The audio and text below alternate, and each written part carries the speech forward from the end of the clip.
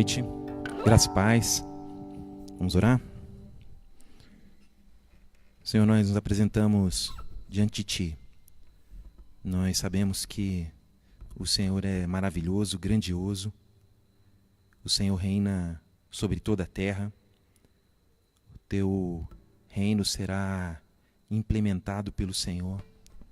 Nós sabemos que o Senhor usa a Tua igreja para isso. Sabemos que nós somos companheiros Teus nessa caminhada. O Senhor nos escolheu para fazermos parte do corpo de Cristo. Mas nós sabemos que também somos pó e sem Teu Espírito nada podemos fazer. Se o Senhor recolher o sopro do Teu Espírito, toda a carne se vai. Nós olhamos para o Senhor como vimos hoje no Salmo 40 e depositamos a nossa esperança toda no Senhor. Nessa noite em que vamos falar sobre casamentos, pedimos que o Senhor encha de esperança aqueles que se sentem num tremedal de lama. Que o Senhor use a Tua palavra, use aquilo que for dito nessa noite, aquilo que for direcionado ao Senhor em forma de louvor, de oração, como um meio de graça para transformar vidas e transformar lares e transformar relacionamentos. Nos ajuda, sê conosco nessa noite, nos ensina, oramos em nome de Jesus. Abram suas Bíblias em João 17.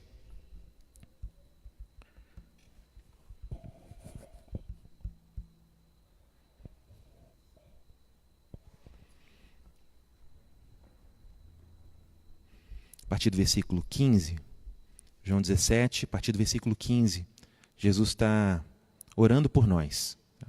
É lindo esse capítulo, Jesus ora por nós. Parte da oração diz assim: não peço que os tires do mundo, e sim que os guardes do mal. Eles não são do mundo, como também eu não sou. Santifica-os na verdade, a tua palavra é a verdade. Assim como tu me enviaste ao mundo, também eu os enviei ao mundo. E a favor deles eu me santifico a mim mesmo, para que eles também sejam santificados na verdade. Não rogo somente por estes, mas também por aqueles que vierem a crer em mim, por intermédio da sua palavra.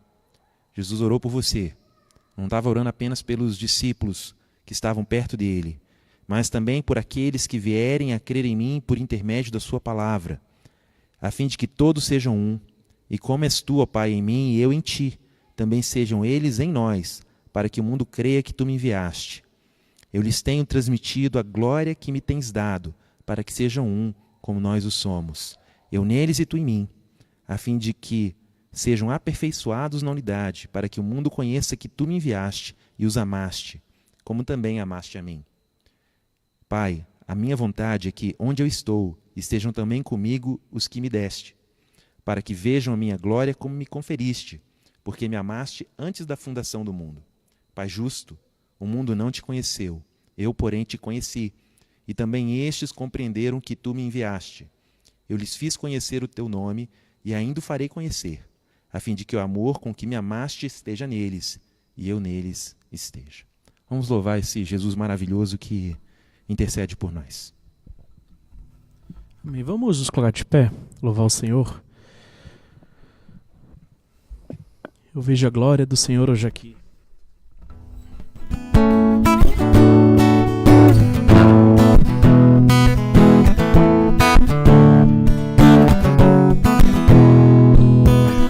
Eu vejo a glória do Senhor hoje aqui. A sua mão, seu poder sobre mim. Os céus abertos hoje eu vou contemplar o amor descer neste lugar. Eu vejo a glória, eu vejo a glória do Senhor hoje aqui. A sua mão, seu poder sobre mim. Os céus abertos hoje vou contemplar o amor descer neste lugar. Eu quero ver agora o seu poder, a sua glória inundando meu ser. Vou levantar as mãos e vou receber, vou louvando o seu nome, porque sinto o Senhor me tocar.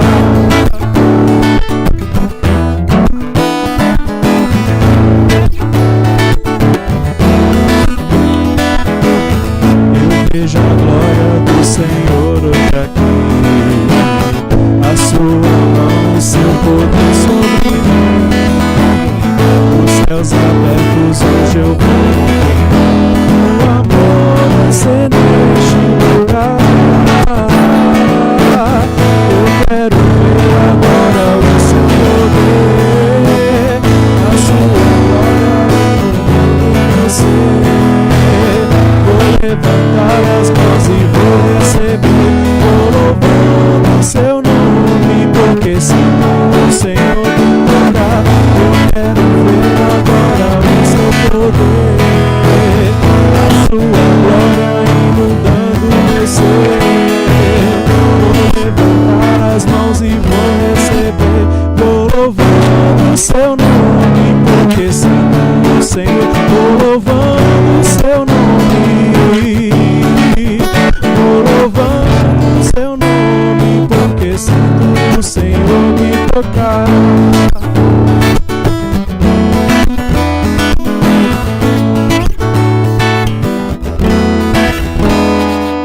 Amém. Deus, ele está presente aqui. Onde tiverem dois reunidos em meu nome, né? Ele ali estará louvando o Senhor. Onde estiverem dois louvando o nome do Senhor, buscando, ele estará ali. Vamos louvar o Senhor que entregou seu Filho, Jesus Cristo, para nos redimir, para nos justificar, para nos salvar.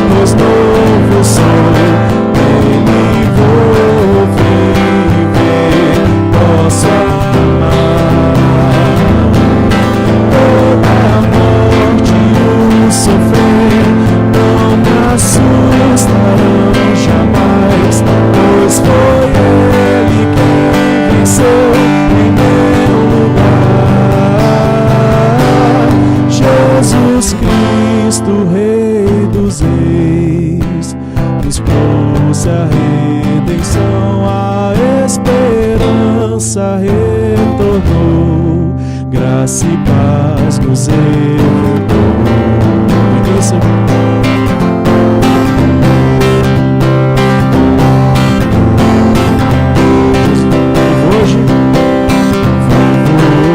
Hoje estou aqui, pois Ele decidiu me amar, e então eu posso livrar seu sangue. Seu sangue sobre mim me comprou, me restaurou, e sem culpa então me tornou. O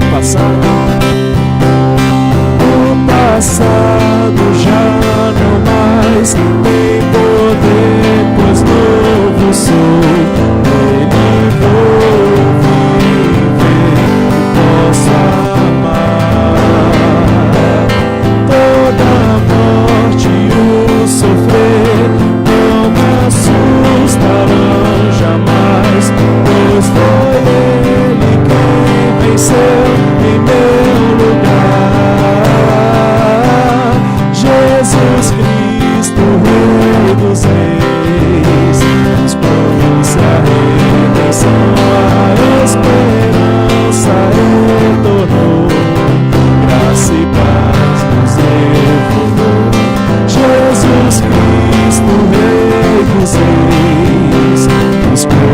a redenção, a esperança retornou, graça e paz nos enviou. Jesus Cristo, Rei dos Reis, nos trouxe a redenção, a esperança retornou, graça e paz nos revelou. Amém. Deus, Ele, através da sua graça, Ele entregou seu Filho Jesus Cristo para nos salvar. Amém? Acho que a letra tinha um pedacinho ali errado, me desculpem, fui eu que errei.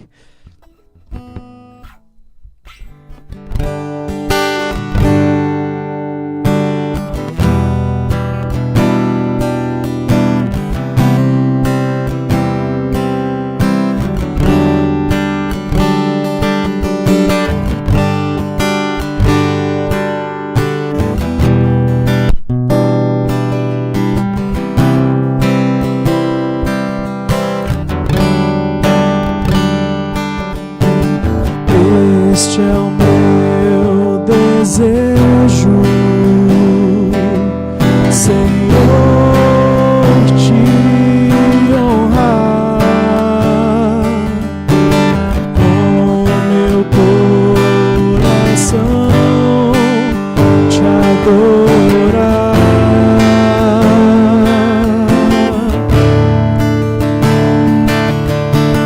Tudo que há em mim te dá louvor, só a ti adoro, meu Senhor. Com meu coração, toma o meu coração e toda a minha alma. Eu vivo só pra ti, que eu respirar, cada vez que eu acordar, faz o teu querer em mim. Este é o meu desejo.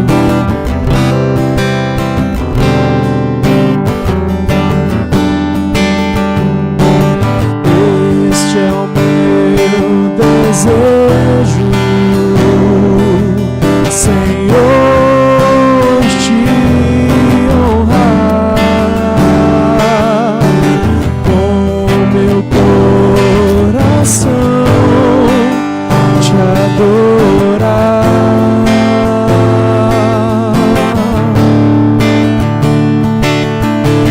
Tudo que há em mim te dá louvor, só a ti adoro, meu Senhor.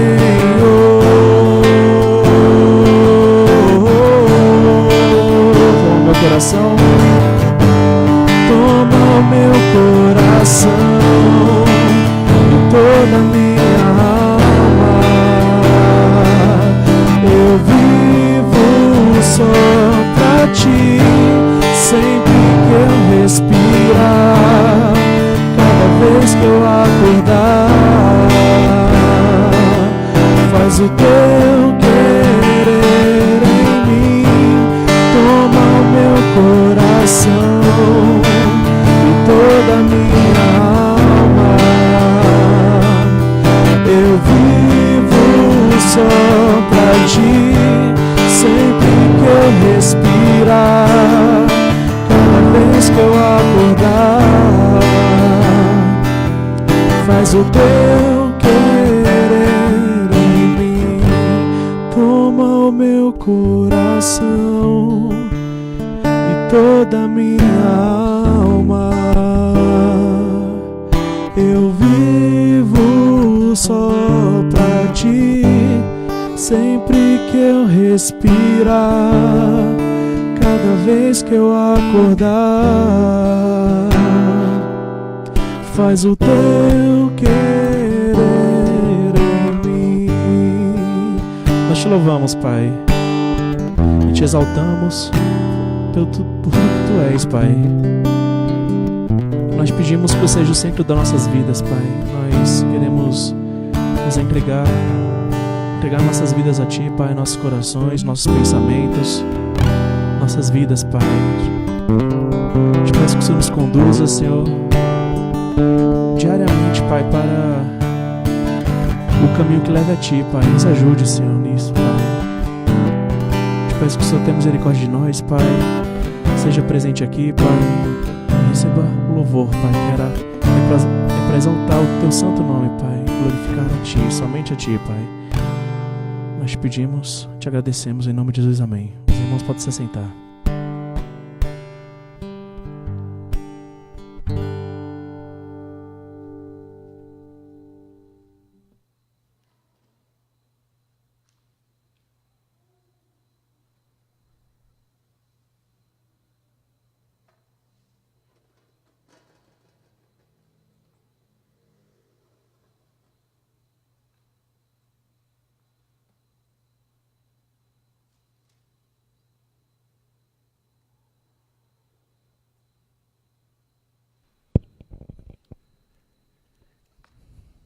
Eu não sei quantos já perceberam, mas a cada ceia que a gente faz, nós temos destacado um dos papéis do sacrifício de Jesus, da sua obra em nossas vidas. Nós já fizemos uma ceia pensando na promessa do retorno de Jesus, nele como o sacrifício suficiente para expiação de todos os pecados.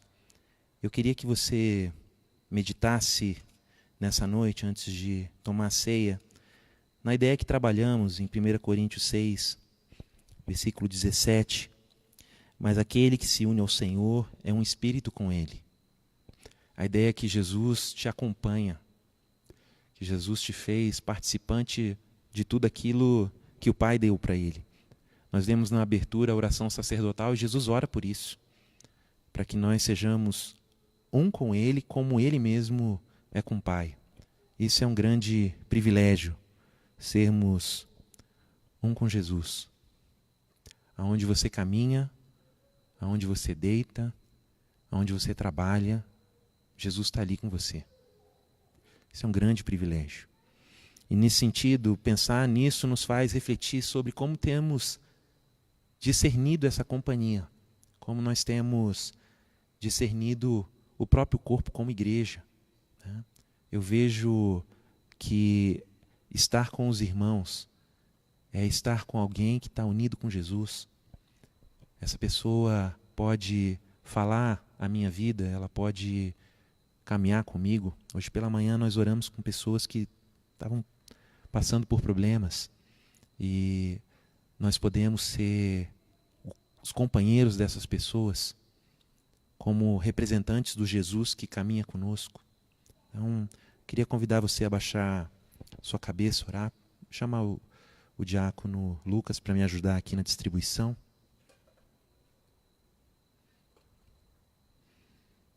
Pedir àqueles que forem participar, aqueles que são membros de uma igreja evangélica, que já professaram sua fé pelo batismo, pedir que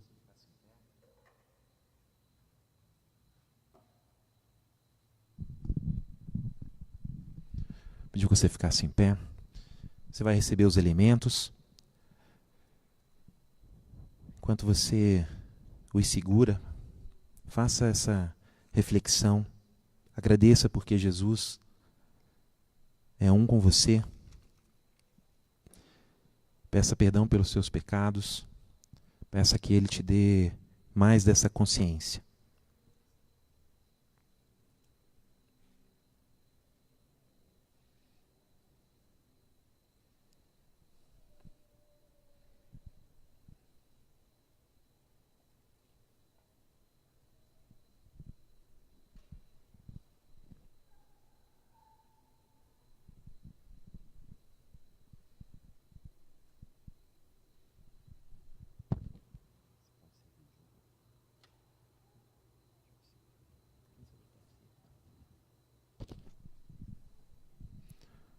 O Lucas foi levar para o Diogo lá na recepção. Agradeça ao Senhor, porque Ele é um com você. Peça perdão porque você esquece disso. Agradeça o preço que foi pago para que você tivesse comunhão com esse Deus maravilhoso.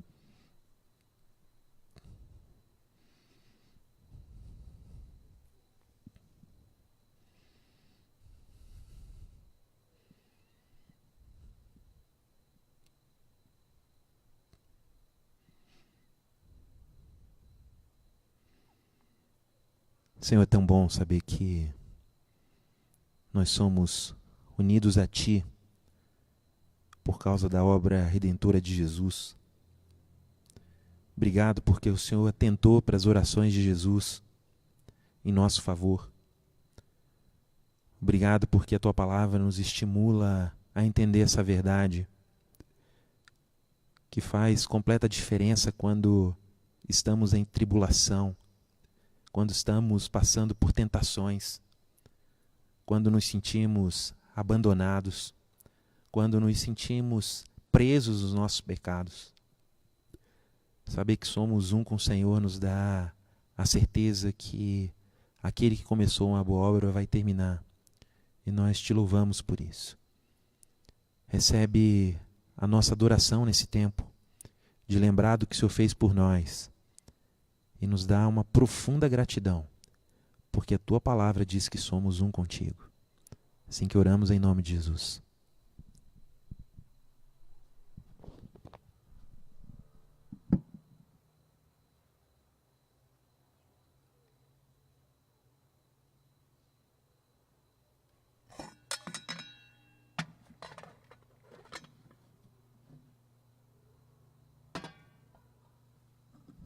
Diz assim a palavra do Senhor.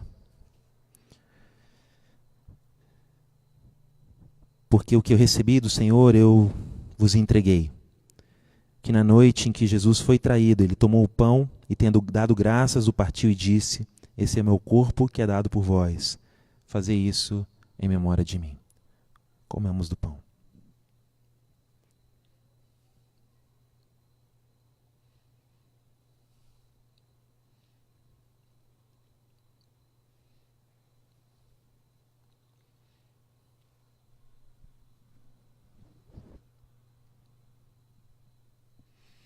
E ele prossegue: por semelhante modo, depois de haver ceado, tomou também o cálice, dizendo: este cálice é a nova aliança do meu sangue. Fazei isso todas as vezes que o beberdes em memória de mim. Porque todas as vezes que comerdes esse pão e beberdes o cálice, anunciais a morte do Senhor Jesus, até que ele venha. Bebamos do suco.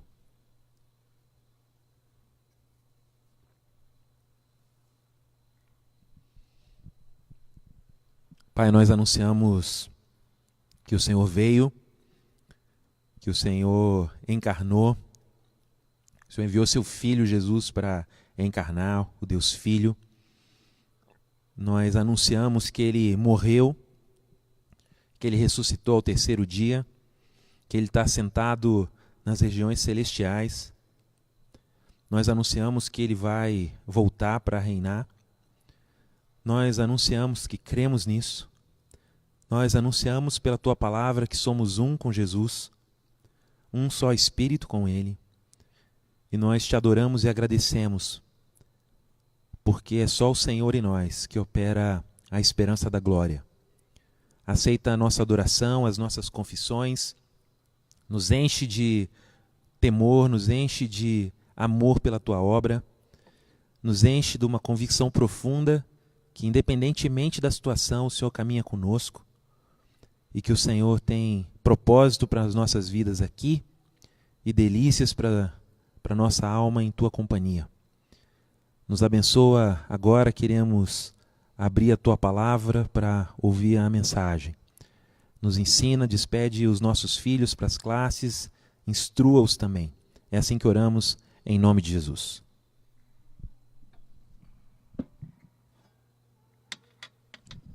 Vocês podem sentar.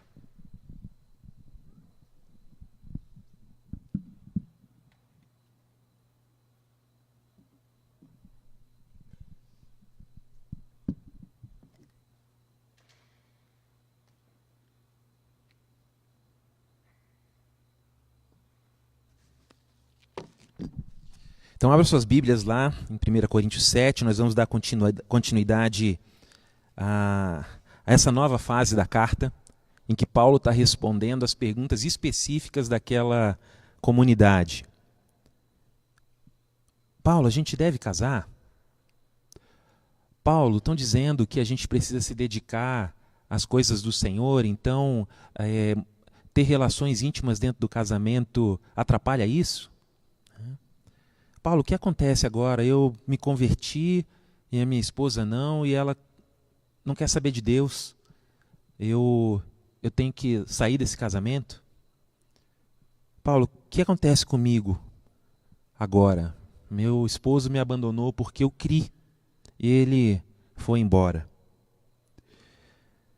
A palavra do Senhor, ela é perfeita, ela é inspirada por Deus.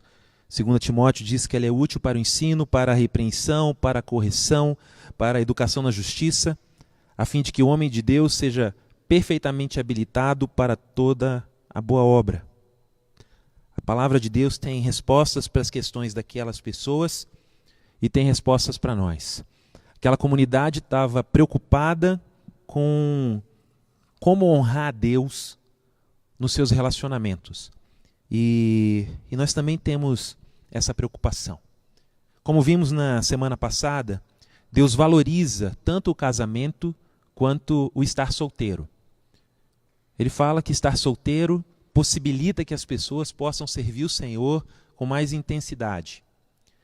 Mas elas precisam não estar sofrendo por não estarem casadas, por não estarem fruindo da beleza da sexualidade. Se elas estiverem sofrendo com isso, a orientação de Paulo é que elas casem, mas casem no Senhor. Se é para casar, casem no Senhor. Aquela igreja estava sendo fustigada com um pensamento de que o prazer era algo ruim e que para eu ser crente eu deveria deixar de ter prazer mesmo dentro do casamento. E Paulo está dizendo, não, isso é um erro. É um erro. Glorifiquem ao Senhor vivendo um matrimônio pleno. Vivam assim. Vivam assim. Nós falamos que o casamento, onde há cuidado recíproco, produz benefícios de proteção, de serviço, também de desprendimento e outros benefícios espirituais. Não somos tentados quando usufruímos de um casamento saudável. Paulo continua hoje olhando para os casamentos em sofrimento, os casamentos disfuncionais. Qual é o caminho de Deus quando um casamento não está bem? Essa é a pergunta que a gente às vezes precisa responder na nossa caminhada conjugal. Nossa, meu casamento não está bem. Qual é o caminho de Deus? O que Deus recomenda que eu faça quando meu casamento não vai bem? Por que os casamentos não vão bem? A nossa resposta, que é uma resposta bíblica e real, ela tem consonância com o que acontece de fato na vida das pessoas, é porque o pecado é uma realidade. Por mais que as pessoas neguem lá fora, o pecado é uma realidade. É uma realidade cruel, que distorce a criação, que distorce os projetos de Deus, que distorce as inclinações da nossa alma. E nós somos produto de um ambiente pecaminoso e de inclinações pecaminosas que nós temos. E a palavra do Senhor fala que existe um sistema que se opõe ao plano de Deus e existem agentes espirituais, Satanás e seus demônios, que também fazem oposição aos planos de Deus. Algumas pessoas ainda permanecem presas nisso. E elas lutam com as próprias forças para ter um casamento bom, satisfatório. Elas se tornam codependentes do seu cônjuge e elas depositam nele toda a sua alegria, e quando isso é recíproco, eles conseguem caminhar por um bom tempo e com um certo equilíbrio. um adorando o outro e ambos negando a adoração a Deus. Mas eles usufruem de um casamento, aos olhos humanos, um casamento saudável. Outras pessoas já foram libertas desse sistema pela ação maravilhosa do Espírito Santo, mas ainda lutam com uma velha natureza que quer se afirmar, que quer autoexultação, que quer autogratificação. E quando esse conflito se apresenta dentro do casamento, o casamento sofre. Por causa do nosso pecado, nem sempre o casamento funciona como deveria funcionar. E as estatísticas falam sobre isso. 1 a cada 3 casamentos no nosso país termina em divórcio. Nós não sabemos qual é o percentual entre evangélicos, nós sabemos que há uma tendência de crescimento, divórcio também entre os evangélicos, mas isso se explica tanto por uma falta de obediência ao caminho do Senhor entre os evangélicos, como também pela apropriação de um pensamento mundano dentro da própria igreja. Agora, o fato dos casamentos estarem se deteriorando significa que o casamento seja o problema?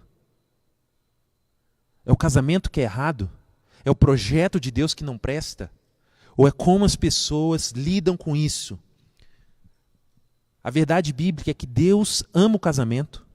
Deus tem um projeto para cumprir, de espalhar a sua glória por intermédio do relacionamento de um homem e de uma mulher antes do pecado e hoje ainda. Há propósitos de Deus para o casamento que a gente não deve ignorar, e a gente conversou um pouco sobre isso no domingo passado. Quem não está presente pode assistir lá na nossa página, está disponível lá na internet. Mas muitas pessoas, pela dor, pela falta de esperança, pela falta de fé, pelo pecado, pelas expectativas não atendidas, essas pessoas ficam confusas, feridas, e elas fazem do casamento um problema, quando na verdade Deus diz que o casamento é bom. E olham para o final do casamento com uma esperança. Olha, se ao menos eu ficasse livre desse jugo, então certamente eu seria feliz. Meu objetivo aqui é lembrar você que nós temos instrução na palavra de Deus a respeito da estabilidade da família, do casamento, que Deus tem caminhos para o casamento, e a palavra de Deus é muito clara. A gente vai tratar aqui de 4 situações de casamentos em sofrimento, e a Bíblia mostra com exemplos muito claros que quando o caminho de Deus não é seguido, há dor e sofrimento. Não há um caso de poligamia na Bíblia que seja exemplo de casamento.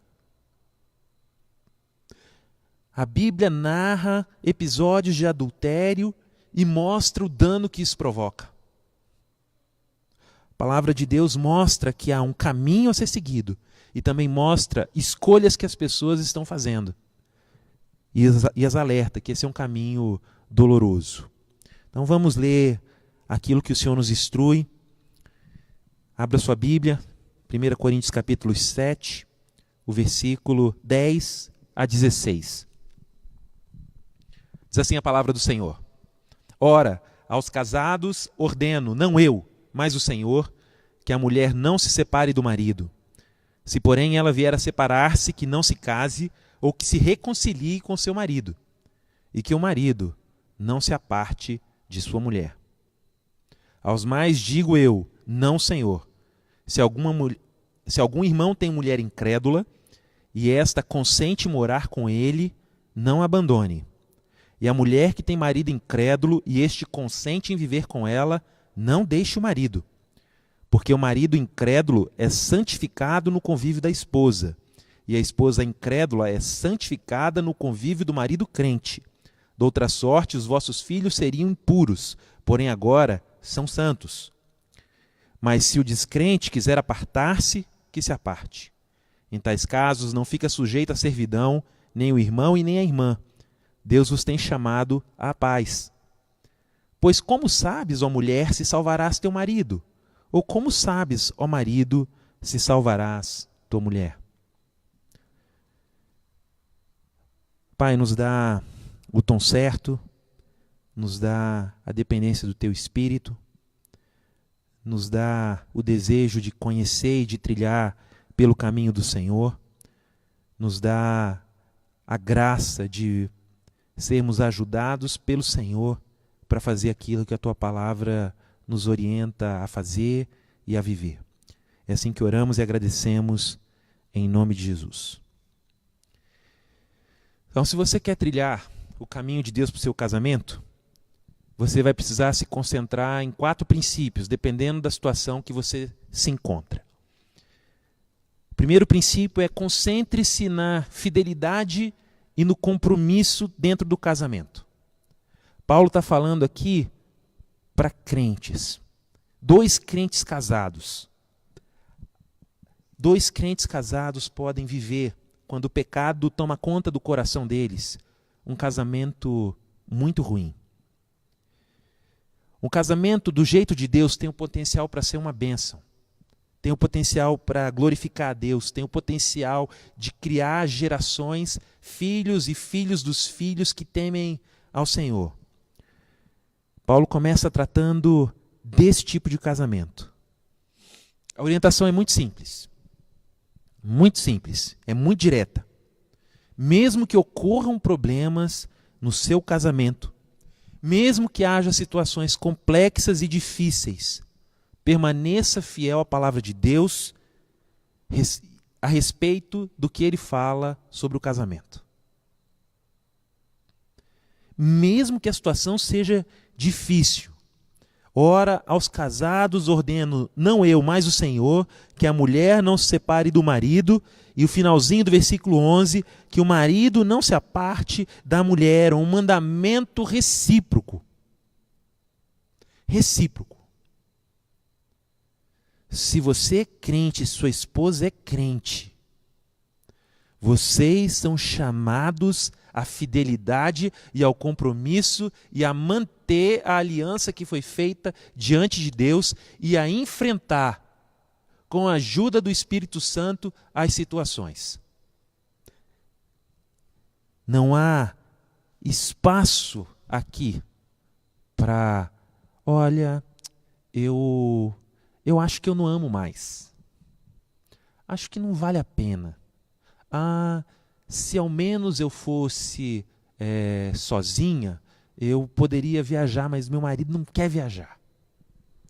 Não tem espaço para isso. Paulo diz, ordeno, não eu, mas o Senhor. Lá no versículo 12, ele diz assim, aos mais digo eu e não o Senhor. Então no 10 ele diz, quem ordena é o Senhor e não eu. E no 12 ele diz, eu ordeno e não o Senhor. Será que Paulo está dizendo que o versículo 10 é inspirado porque foi falado por Jesus e que o versículo 12 é uma mera opinião dele? É isso?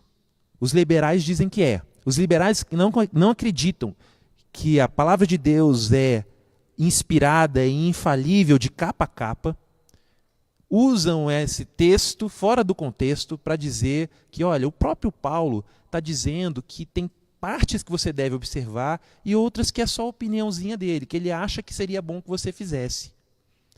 Mas não é isso, não é isso. E eu vou explicar isso para você agora. Paulo começa ordenando ou lembrando o que Jesus tinha ordenado, porque Jesus havia sido muito claro a respeito da estabilidade do casamento.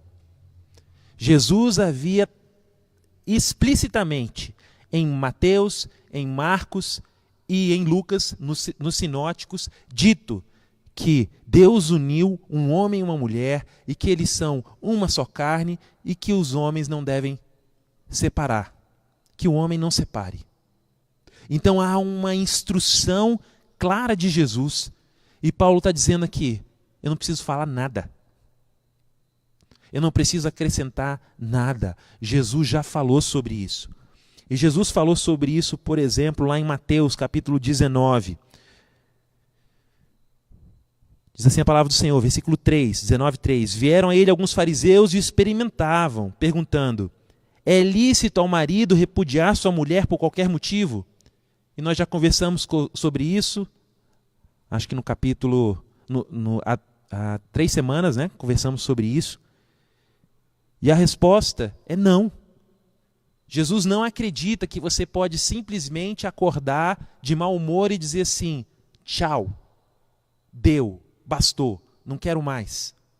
Jesus está dizendo, então respondeu: não tendes lido que o Criador, Jesus fala e aponta para as Escrituras, vocês não leram que o Criador, desde o princípio, os fez homem e mulher, e disse: por esta causa deixará o homem pai e mãe, se unirá à sua mulher, tornando-se os dois uma só carne? De modo que já não são mais dois, porém uma só carne. E o que Deus juntou, não separe o homem. Esse é o ensino cristalino de Jesus. O projeto do casamento original, antes do pecado, é que um homem e uma mulher formassem um núcleo autônomo de decisão, sendo os dois uma só carne. E o objetivo dessa aliança é glorificar a Deus espalhando a imagem do próprio Deus. E a imagem do próprio Deus é homem e mulher.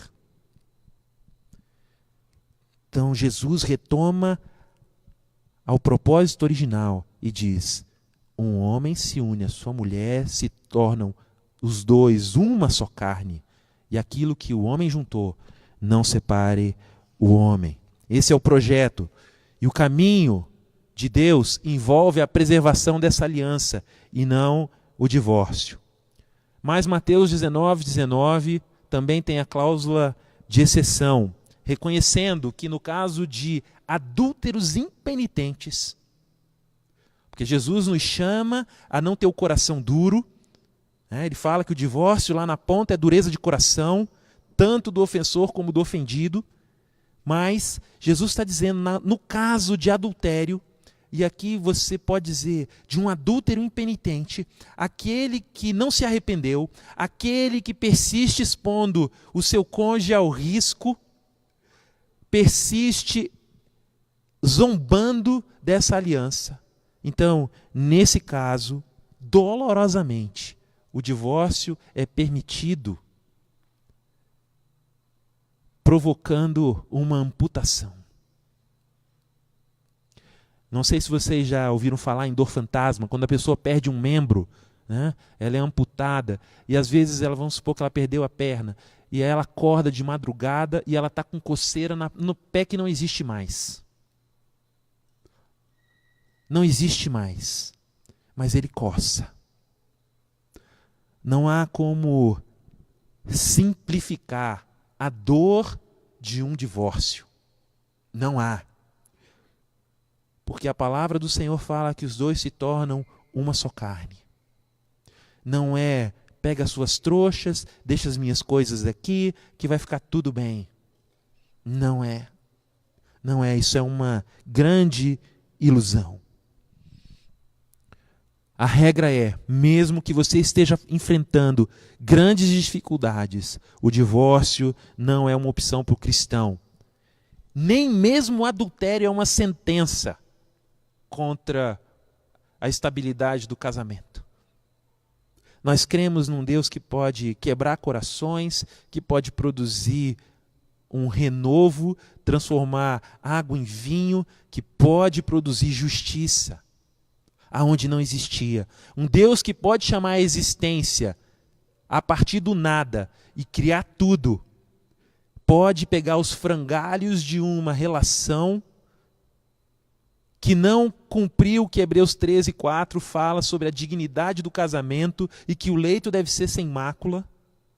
E ele pode ainda operar, mesmo nessa hipótese, se os corações se quebrantarem. Mas eu entendo que o Senhor autoriza que o cristão ofendido, que a parte ofendida pelo adultério, tenha o direito, em função da impenitência do adúltero, de ser a parte que dá origem e que ativamente diz: não dá mais, não dá mais. E divórcio é o que nós entendemos por divórcio. Divórcio é o fim do casamento e o direito ao recasamento. É assim que eu entendo. É assim que eu vou pregar. É assim que eu vou agir. Paulo repete esse ensino aqui de Jesus e apela a maridos e esposas. Versículo 10. A mulher não se separe do marido. 11. O marido não se aparte da mulher. Então, se você é casado, permaneça unido no seu casamento. Não se separe, não se divorcie. Lembre-se da natureza de que o casamento transforma duas pessoas em uma só carne. O divórcio, um cristão inicia um divórcio apenas na cláusula de exceção de Mateus 19, 9. Quando um adúltero impenitente transtorna e torna impossível a união. Tá, mas eu estou divorciado e não foi por adultério. Não foi. A gente era muito novo e, assim, não deu para continuar. E, pastor, o que eu devo fazer? Quais são as minhas opções? O que o texto fala? Se, porém, ela ou ele vier separar-se, que não se case. Então, essa hipótese, se você se divorciar, a não ser pela cláusula de exceção, esse texto está dizendo que o recasamento seria um pecado. Porque você estaria maculando essa relação que ainda persiste. Deus não reconhece um divórcio que não seja pela cláusula de exceção, aqui de Mateus 19. Mais à frente a gente vai ver mais uma hipótese, a hipótese do abandono por um incrédulo. Então, se você está nessa situação, a orientação bíblica é: não case. Não case de novo.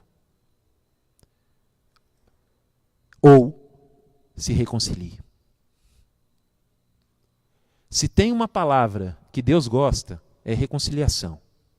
Deus gosta. Ele deu o filho dele, entregou na cruz, nós comemoramos isso aqui na ceia, para produzir reconciliação.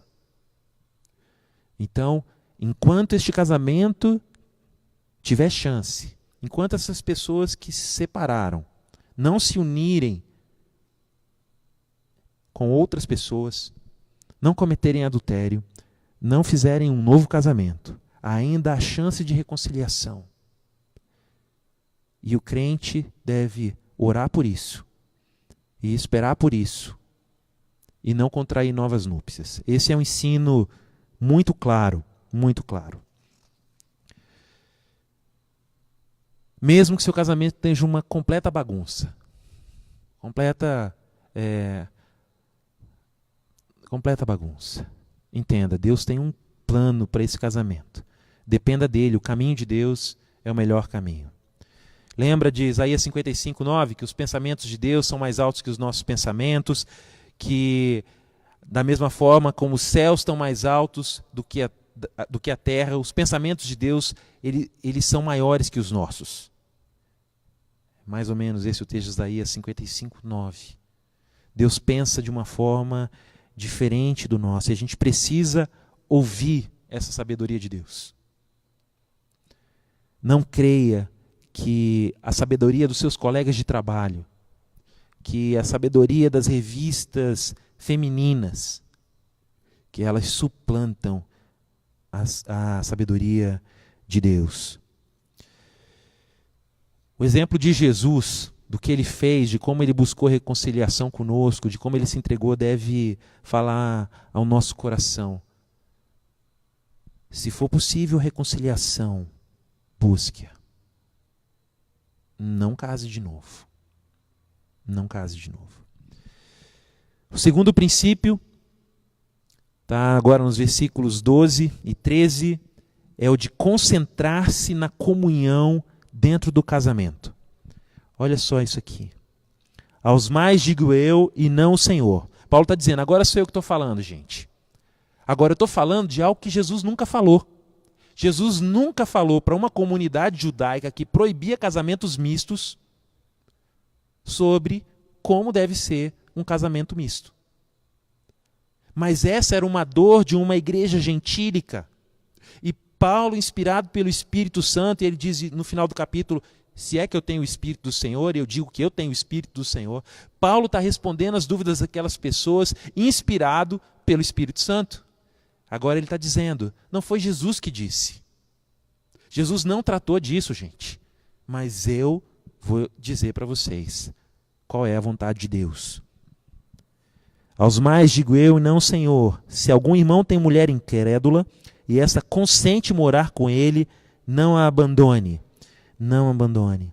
E a mulher que tem marido incrédulo, e este consente em viver com ela, não o deixe. O que acontece quando o cristão está casado com alguém que não crê?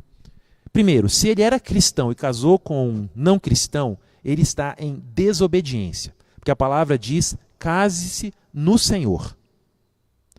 Então Paulo não está tratando disso. Paulo está tratando aqui de duas pessoas que eram descrentes. Essa igreja havia sido plantada há mais ou menos 1 ano e meio antes de quando essa carta foi escrita. E as pessoas estavam se convertendo, saindo do paganismo. Então pessoas se converteram. E não necessariamente os cônjuges se converteram no mesmo dia. Então havia dentro daquela igreja mulheres que tinham aceitado Jesus e homens que tinham aceitado Jesus, cujos respectivos cônjuges ainda não haviam compreendido o Evangelho. E pessoas estavam acusando. Olha, como assim você se deita com um incrédulo? Como você quer glorificar o Senhor? E aquelas pessoas estavam sofrendo. Elas falavam, será que eu tenho que deixar meu casamento? Será que meu casamento é ruim? E Paulo está dizendo, não. O seu casamento é bom. Deus tem um propósito para o casamento. Persista no seu casamento. Esse princípio aqui de uma comunhão. É claro que essa situação não é uma situação confortável. Algumas pessoas têm a graça de serem acompanhadas por seus cônjuges, mesmo eles não crendo. E é uma graça. Agora, muitas pessoas sofrem nesse estado, tanto o crente quanto o descrente, por sentirem um isolamento, uma espécie de rejeição. Como assim? Você vai me deixar no domingo de manhã aqui em casa e você vai para uma igreja? Como assim? Sua família não é mais importante? Ou, como assim? Você não vai me acompanhar na sexta-feira à noite lá no centro? Por quê? Por que eu tenho que ir só?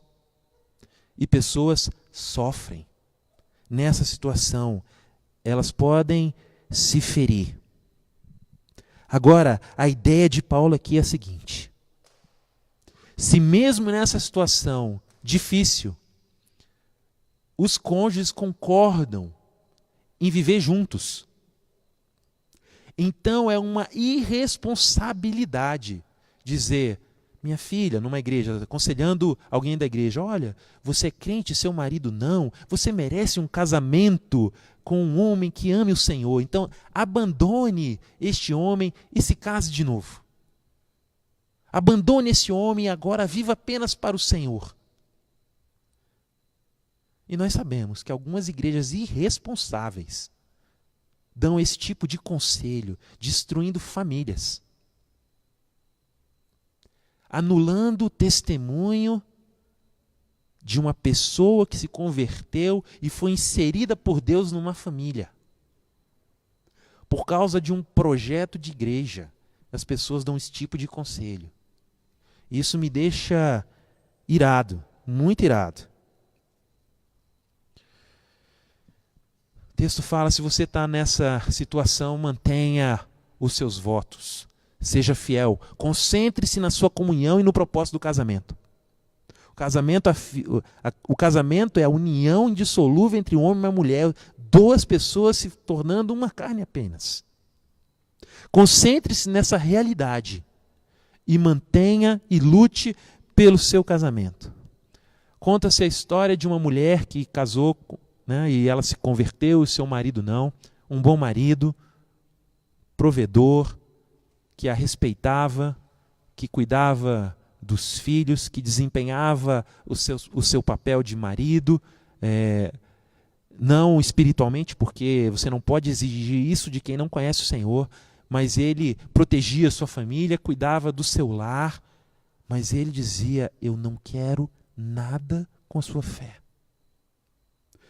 E essa mulher foi orientada por ele a não cantar nenhum corinho no funeral dele. Ele fez a lista das músicas que ele queria. E ela cumpriu o desejo do seu marido. Ela honrou seu esposo. Ela glorificou o Senhor. E isso pode ser muito duro. Mas ela fez o que a Bíblia pedia dela. Permanecer casada com um homem que não crê. Permanecer casado com uma mulher que não crê. É preciso lembrar que o caminho do Senhor é o melhor. Mas isso não significa que ele seja o mais suave, o mais simples. Ele vai produzir o melhor resultado, porque Deus é fiel. Mas isso não significa que ele seja fácil. Para você continuar, você precisa lembrar desse princípio da comunhão. Eu sou uma só carne. Uma igreja séria não estimula a separação entre cônjuges descrentes, entre um cônjuge crente e um descrente. Pelo contrário.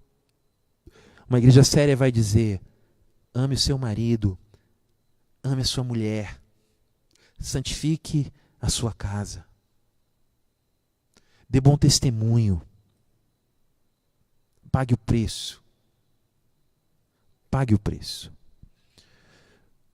O terceiro princípio é: concentre-se na graça dentro do casamento. Foquem no favor imerecido de Deus dentro do casamento. Versículo 14. Porque o marido incrédulo é santificado no convívio da esposa, e a esposa incrédula é santificada no convívio do marido crente. De outra sorte, os vossos filhos seriam impuros, porém agora são santos. Então, se você está casado com alguém que não crê, você tem um excelente motivo para permanecer casado. Além do fato de já ter sido orientado no versículo anterior a lutar pelo seu casamento. Há mais uma vantagem em se permanecer. Você é um canal para abençoar a sua família. Você é um canal para abençoar aqueles que você ama. Se você casou com alguém, você pagou o preço de dizer que vai caminhar com essa pessoa, e essa decisão foi uma decisão voluntária sua, pelo menos na nossa cultura é assim, voluntária sua, porque você ama. E você ama os frutos desse casamento, você ama os seus filhos. Ele diz: você pode ser uma bênção na vida do seu marido descrente, da sua esposa descrente, e por via de consequência uma bênção também para os seus filhos.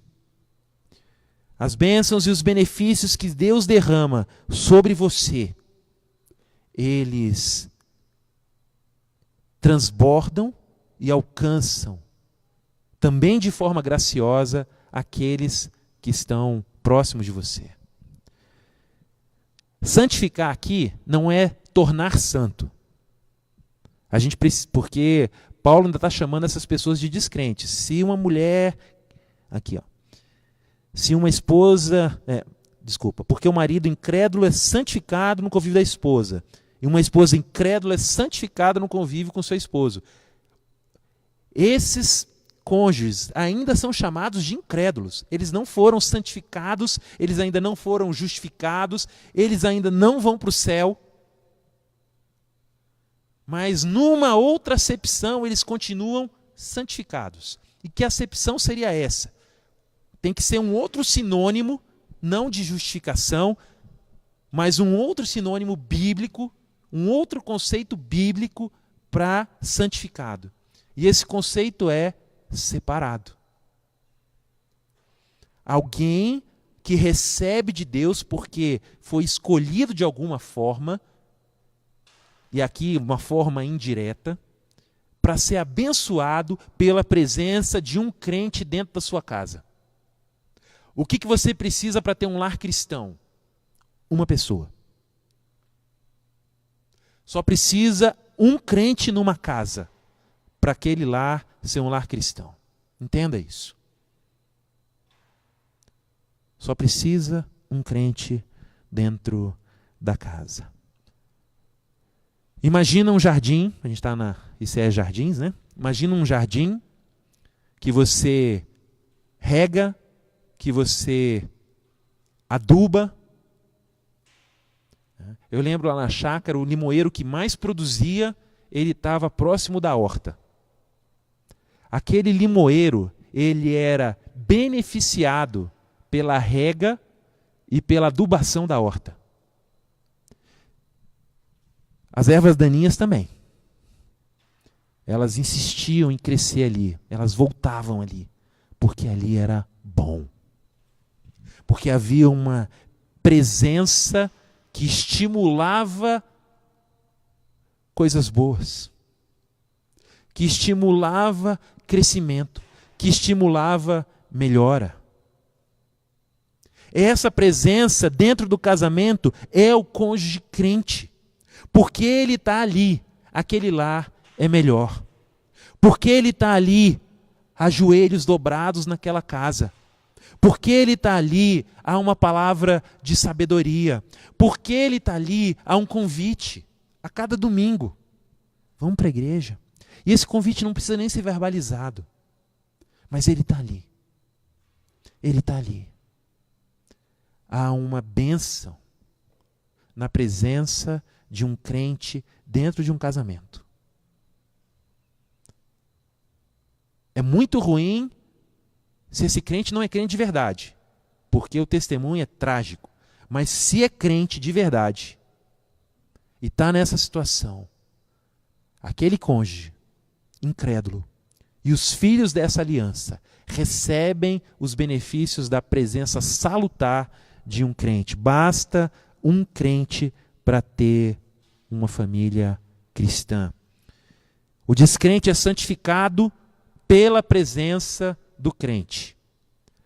O descrente é santificado no crente. Deixa eu explicar isso. Lembra? Já falei, já pisei nessa tecla várias vezes, né? O projeto de Deus é que dois se façam uma carne. Aquele cônjuge é uma carne com você. À medida que você se santifica, você serve e produz santidade, produz bênção, produz separação. Uma casa para onde Deus olha com favor. Há uma ligação, uma só carne. Essa uma só carne não é só física, quando dois cônjuges têm um relacionamento. Não é só isso. Há uma ligação mística. Lembra na hora da ceia que eu falei que nós somos um com Jesus? Uma ligação mística. Jesus nos serve dessa forma. Jesus em nós, Ele nos serve. O Espírito Santo em nós ora por nós quando não conseguimos orar. Deus nos serve dessa forma, porque está ligado conosco, somos um com Ele. E se você é incrédulo, você é beneficiado pela presença de um cônjuge cristão. Agradeça a Deus por isso. E que isso te leve a pensar que Deus te ama e que há um projeto para você também. Porque se não fosse assim, até os filhos seriam impuros. Paulo conclui dessa forma. Os nossos filhos também são abençoados pela presença de um cônjuge fiel, Senhor. E nós conhecemos a rodo histórias de homens e de mulheres, especialmente de mulheres, que vivenciaram casamentos mistos, mas que foram fiéis ao Senhor e veem a sua casa completamente transformada. Porque elas se deixaram usar e elas abençoaram. Então, quando a gente trata do casamento, a gente precisa lembrar que o caminho de Deus é o caminho melhor. Quando você está nessa situação, que é difícil, não é fácil, há uma comunhão tão profunda na fé, que quando não há essa identidade, isso produz um estado de solidão dentro do casamento. Mas lembre-se, você pode ser bênção e gerar graça, ser um canal de graça. Permaneça casado. Agora, se você conhece um cristão, ou se você mesmo é um cristão que está vivendo com um cônjuge incrédulo, e esse cônjuge incrédulo não quer mais estar casado, decidiu chutar o balde, o que é que você vai fazer? O que é que pode acontecer num casamento disfuncional entre um crente e um incrédulo? Versículos 15 e 16. Mas se o descrente quiser apartar-se, que se aparte. Em tais casos, não fica sujeito à servidão, nem o irmão nem a irmã.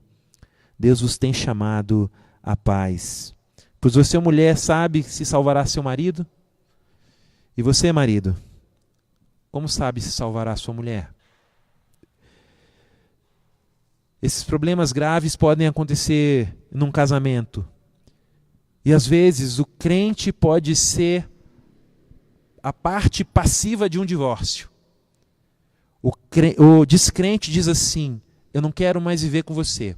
Imagina, gente, aquela comunidade lá em Corinto. A mulher se converte. E ela começa a ir numa tal de reunião de amor, reunião ágape. Comer o corpo de um homem. A gente tomou a ceia, esse é meu corpo, comer o corpo de um homem, que canibalismo, que loucura é essa? Paulo termina a carta: se cumprimentem com beijos. Como assim minha mulher vai ganhar um beijo numa seita? Eu não quero isso para mim. Eu não entendo isso, isso é loucura. Como assim? A gente não vai comprar aquela carne no mercado porque é mais barata agora, porque essa mulher está dizendo que é coisa do diabo. Eu não quero viver com essa louca, não. Deus me livre. Senhor, me livra desse diabo aqui. Quero essa loucura para mim, não. Às vezes o descrente fala: eu não aguento viver com você, mulher. Que história é essa que a gente tem que declarar o imposto de renda certo? Para de besteira, deixa de ser boba. Não.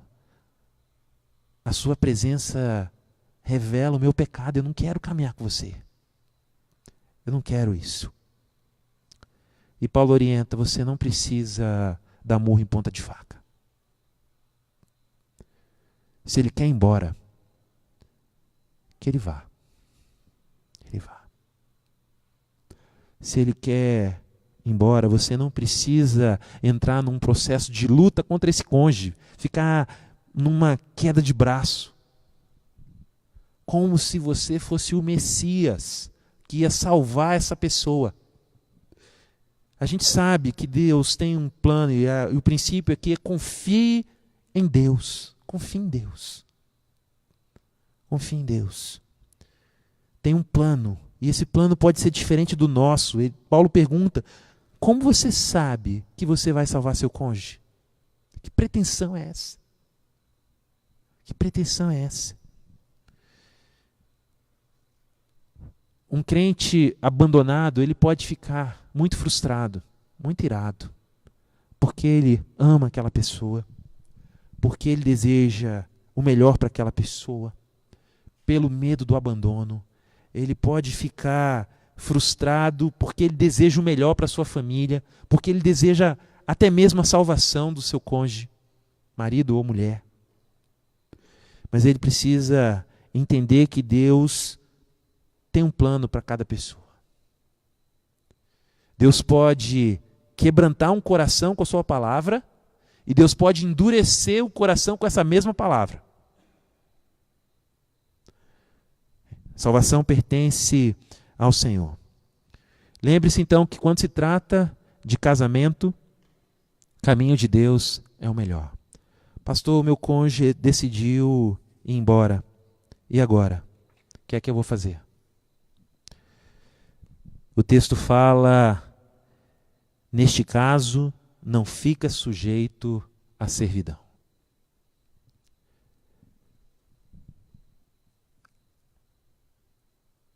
Essa é a segunda hipótese possível de recasamento na Bíblia. Se o seu cônjuge, se você era descrente, seu cônjuge descrente, se você se converteu e por causa da sua fé, o cônjuge vai embora e lá, de forma irreconciliável, ele faz uma nova família, você está livre. Você está livre. Você pode casar de novo. Você foi chamado a viver em paz. Foi chamado a viver em paz. Qual é o melhor caminho para o seu casamento? O melhor caminho para o seu casamento é nutrir o seu casamento como nós vimos na semana passada. Servir seu cônjuge, amar seu cônjuge. Casar no Senhor. Meninas, menino, casem no Senhor. Casem no Senhor. Não corram os riscos que estão muito claros aqui. Não sejam obstinados. Não deixe o coração, a paixão, o encanto, o hormônio falar mais alto do que o plano de Deus para a sua vida. Não deixe. O preço é altíssimo. Altíssimo. Há um caminho melhor. Agora, quando nós estamos dentro do casamento, mesmo entre cristãos, o pecado pode entrar, pode provocar dor. E Jesus nos chama a viver a estabilidade do casamento, a trabalhar os problemas de forma bíblica, a buscar o perdão 70 vezes 7. Pastor, você está dizendo que eu tenho que ficar apanhando em casa? Não. Aqui eu estou falando sobre divórcio. Se o seu marido te espanca, eu vou com você na delegacia. Eu vou. Se ele for para a cadeia, é disciplina do Senhor nele, para produzir arrependimento. Mas isso não significa que eu vou dizer para você, case de novo. São coisas diferentes. São coisas diferentes. Cláusula de exceção, adultério.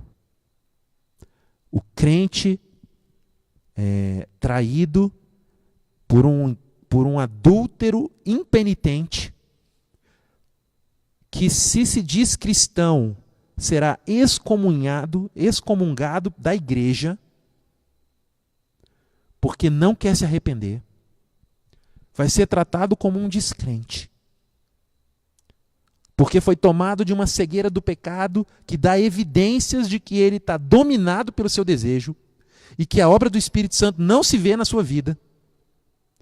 Esse homem ou essa mulher, adúltero impenitente, possibilita que o crente peça um divórcio, entendendo a cláusula de exceção dessa forma. Há pessoas que dizem que não se aplica nem assim, eu as respeito, mas aqui há uma escolha muito difícil. Você tem que escolher entre a sua convicção de que não há hipótese nenhuma de recasamento e correr o risco de impor às pessoas um sofrimento que pode estar equivocado, e você pode dizer para alguém, case, isso está equivocado também. Mas a segunda motivação é não ser legalista e entender que Deus abriu essa cláusula de exceção, entendendo a gravidade do adultério, que no Velho Testamento equivale a uma punição por morte, como uma possibilidade do fim do casamento. e liberando essa pessoa para um novo casamento. Você pode escolher errar pelo legalismo ou pela misericórdia. Eu opto por errar pela misericórdia. Eu oro para que Deus tenha misericórdia de nós. Então, se você é crente, casado com um crente, entenda, você precisa lutar pelo seu casamento. Você não deve se expor a risco físico. É outra questão. Mas você precisa lutar pelo seu casamento. Esse é o caminho de Deus. Se você se converteu e o seu cônjuge ainda não, entenda que você precisa se focar na comunhão que existe entre marido e mulher e olhar para essa relação como uma relação de serviço na qual você pode ser instrumento de Deus para produzir graça não só para o seu cônjuge, quanto para os seus filhos, mesmo que isso te leve a estados solitários, a lutas, às vezes a exposições vexatórias. Conheço o caso de uma pessoa que, quando ia para a igreja, o marido dizia: lá vai dar o meu dinheiro para pastor. E ela veio muito constrangida conversar comigo: pastor, eu devo ofertar na igreja? Eu falei: não, deve não. Não deve não. Você não precisa fazer isso para ser uma boa cristã. Lute pelo seu casamento. É muito mais difícil do que dar dinheiro na igreja. É muito mais difícil. Lute pelo seu casamento. Então lembre-se, você pode ser bênção na situação em que você foi colocada pelo Espírito Santo que operou na sua vida, mas ainda não operou na vida do seu cônjuge. Seja instrumento de Deus. Agora, se você foi vítima de abandono por causa da sua fé, você precisa se concentrar no seu Pai Celeste. Saber que Ele é soberano sobre a terra. Que Ele tem planos que você não conhece. Que Ele pode ter escolhido o sofrimento que este homem está causando em você e na sua família e nele mesmo como uma ferramenta para salvá-lo lá na frente. Como você sabe que Deus vai salvar seu marido, mulher, ou como você sabe que Deus vai salvar a sua companheira, sua esposa, marido? Como? Como você sabe disso? Você não sabe. A salvação pertence ao Senhor. Não entre numa guerra por causa disso. Se essa pessoa quer ir, ela vá. E se ela tomar decisões que tornam impossível a reconciliação, como por exemplo, um novo casamento, então entenda, a Bíblia diz que você está livre desse jugo. E você pode casar de novo. E novamente eu repito, casar no Senhor. Case com alguém que tem a sua mesma fé. E eu falo isso para um espírita, casa com outro espírita. É tão lógico. É tão lógico. E eu não sei como as pessoas dentro da igreja não entendem essa lógica. As pessoas lá fora entendem. Lá fora entendem. Claro, tem aqueles que não estão nem aí para a religião, então tanto faz. Mas se você leva a sério aquilo que você crê, faz todo sentido. Todo sentido. Mas a palavra do Senhor diz, se você quer casar, case-se no Senhor. Lute pelo seu casamento. A Bíblia não fala que o casamento é um mar de flores. O primeiro pecado aconteceu no ambiente de casamento, onde não havia pecado. Nós pecamos contra os nossos cônjuges, mas nós somos chamados a servir o Senhor dentro dos nossos casamentos, a glorificar a Deus no nosso casamento. Eu sei que eu não sou o mais romântico do mundo, mas essa é a palavra do Senhor. É melhor entender que o casamento é algo sério, algo que Deus valoriza, algo que Deus preza, do que uma brincadeira que a gente vê numa novela, no final de novela, as pessoas casando e sorrindo e dando tchau. Né? Só está começando. Só está começando. Que Deus tenha misericórdia da nossa igreja. que nós vejamos muitos casamentos e nenhum divórcio. Nós vejamos isso. Esse é um desejo do meu coração. Que nós vejamos pessoas submissas à palavra de Deus, com o pé no chão, entendendo que o casamento é amado por Deus e que vale a pena lutar por ele. Quando você desiste do casamento como um cristão, você dá um péssimo testemunho. Você aponta para a incredulidade que tem no seu coração, dizendo que Deus não pode operar na sua vida, que Deus não pode agir. E seus filhos, a sua igreja, a comunidade, ela lê esse testemunho. Não entenda. Nós somos chamados a servir aonde Deus nos colocou. Vamos orar? Senhor, te agradecemos pela tua palavra. Ela é tão clara, tão direta, mas nós não podemos esconder que aquilo que o Senhor nos comanda é difícil. Os discípulos ficaram espantados, dizendo, é melhor então ficar solteiro, Deus. E Jesus disse, algumas pessoas devem ficar assim. Teu filho falou sobre isso. Não é simples, nós precisamos da tua graça. Nós clamamos a ti, pedindo que o Senhor nos veja, nos faça enxergar a beleza do serviço no casamento, o potencial de realização que há no casamento. É tão bom, Pai, estar casado e ter unidade de propósito e servir ao Senhor junto. O Senhor faz coisas maravilhosas por intermédio de uma casa que se abre, que é hospitaleira, em que os filhos são tementes ao Senhor. Todas as qualificações para a liderança na igreja estão associadas à fidelidade nas coisas pequenas, especialmente no lar. É onde o Senhor nos prova, é onde nós somos mais transparentes, é onde os nossos filhos veem os nossos erros e sabem que precisam depender de Jesus e não de seus pais. Da mesma forma, o nosso cônjuge vê as nossas falhas, os nossos pecados, e eles são feridos por isso. Nos ajuda a amar o Senhor mais do que a nós mesmos, a amar o nosso cônjuge como a nós mesmos. A tua palavra nos orienta a isso. Que tenhamos prazer em alimentar o nosso cônjuge, como se tivéssemos nós mesmos nos alimentando em diversos aspectos. Pai, obrigado pela orientação da tua palavra. Eu oro por aqueles entre nós e também aqueles que nos escutam, que passam por essa provação de um casamento misto a posteriori, dois descrentes na qual depois um se converte. Peço que o Senhor seja o escudo desse cristão dentro desse relacionamento. Que ele olhe para o Senhor, que o seu joelho se dobre mais, que ele seja bênção na sua casa, para sua esposa, para o seu marido, que esse cristão, que essa cristã seja aquele que faz daquele lar um lar verdadeiramente cristão.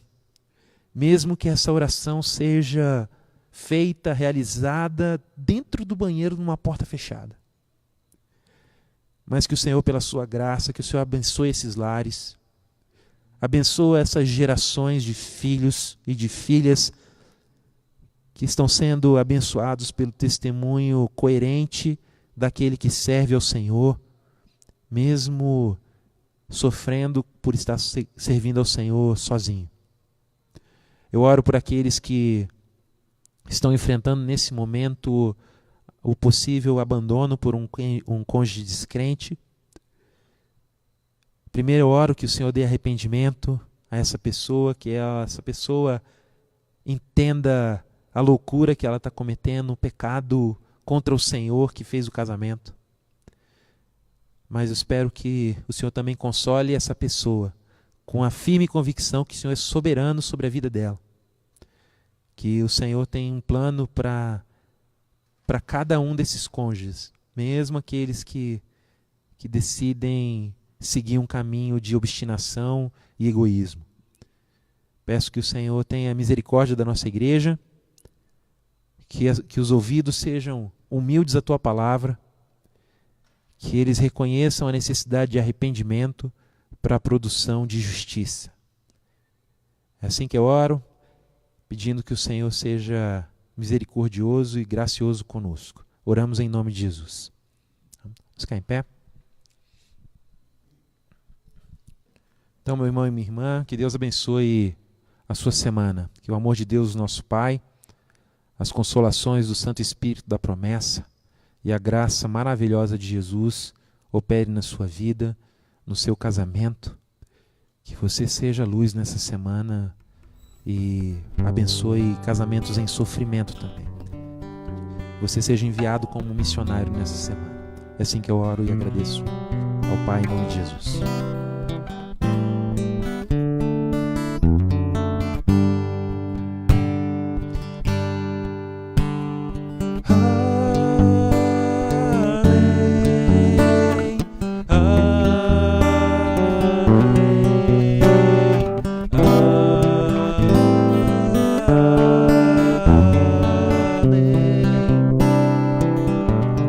Boa semana, vamos pro nosso lanchinho ali.